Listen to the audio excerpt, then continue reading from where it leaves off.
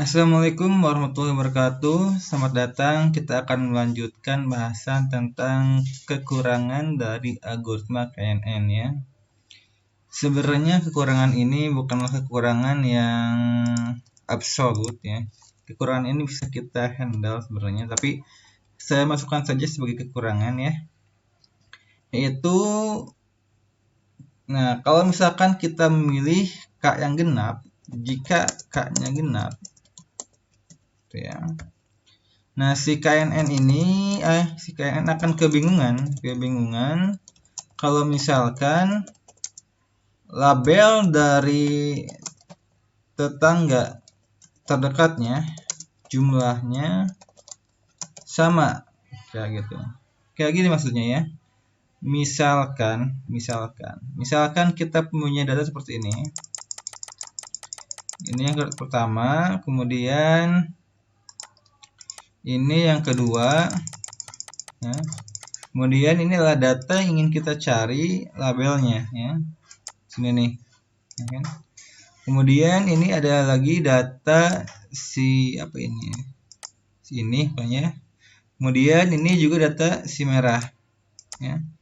Nah, misalkan kita ingin berprediksi label si item ini apakah dia masuk grup yang ini atau masuk grup yang ini ya. Kita memilih K sebesar 4 ya.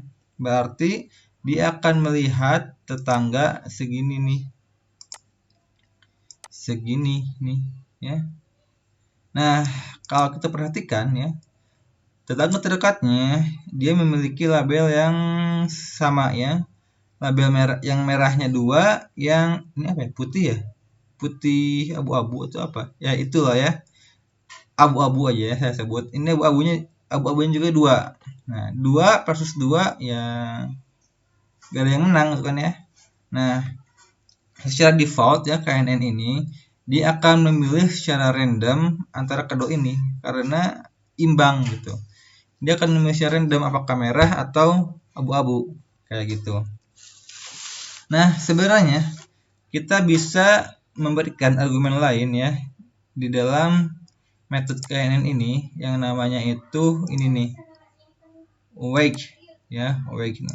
Nah, weight ini secara default uniform, artinya tuh setiap tetangganya itu dikasih nilai yang sama gitu ya. Nilai yang sama, weighted equally. Nah, kalau misalkan kita setting menjadi distance ya, maka setiap tetangganya itu dia memiliki wedge yang berbeda.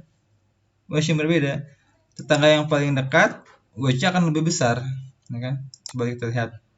Wedge point by the inverse of their distance, itu kan kebalikannya. Jadi semakin dekat tetangganya, maka wedge-nya semakin besar gitu.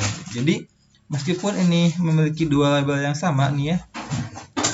Ini si abu-abu 2, si merah 2, namun dia akan melihat juga jaraknya mana yang paling dekat, apakah lebih dekat ke merah atau lebih dekat ke abu-abu.